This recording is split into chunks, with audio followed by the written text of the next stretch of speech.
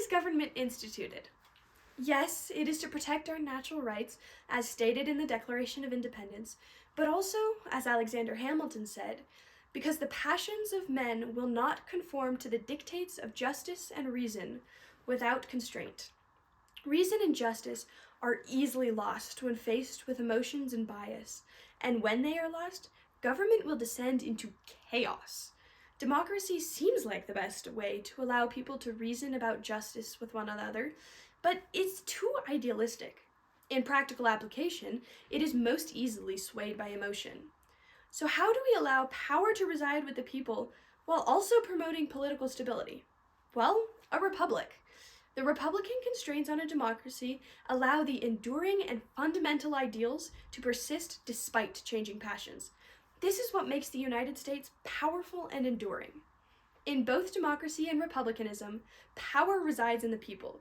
This feature is what made the United States unique at its founding.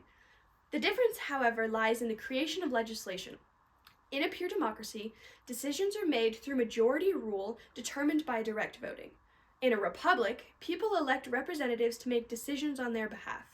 These representatives act as stewards of public interest, natural rights, and most importantly, the Constitution, rather than current passions.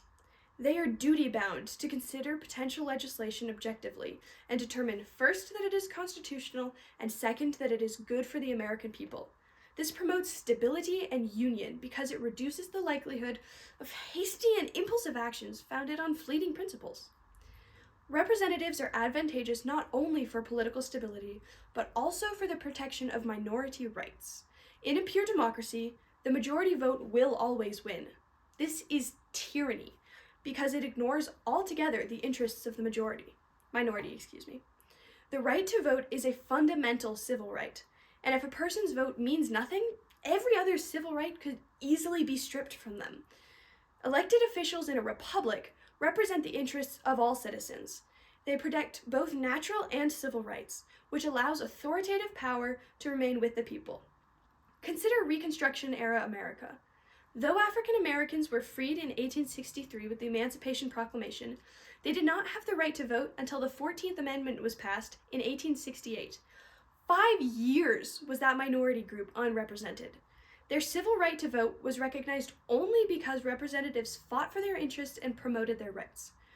There is still yet another problem with legislation made by direct masses.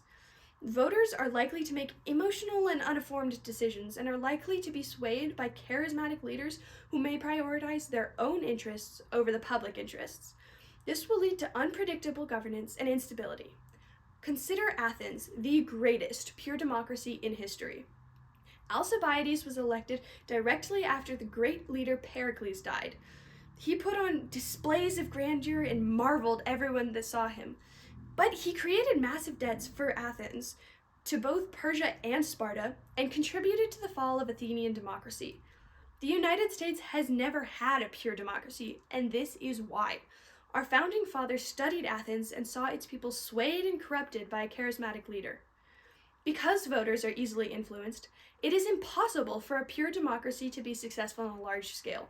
The larger the group of people is, the harder it is for them to agree. A republic, on the other hand, can be successful on both a small and a large scale. The United States started small, just 13 states, and was successful even then. It grew even more successful as the United States expanded to the size that it is today. In a nation as large as ours, there will inevitably be thousands of different opinions. A republic ensures that each opinion has equal sway in legislation. This individual freedom, which is so fundamental to our great nation, is protected by republicanism. Thomas Jefferson said that our republic is the only form of government which is not eternally at open or secret war with the rights of mankind. This is because of what I have just detailed. It constrains democracy just enough that it keeps the authoritative power with the people while still maintaining equality. It protects freedom by protecting natural rights. It defends every ideal the United States was founded on and practically puts them into action. This is why the best thing about our democracy is that it isn't a pure democracy, but that it is a democratic republic.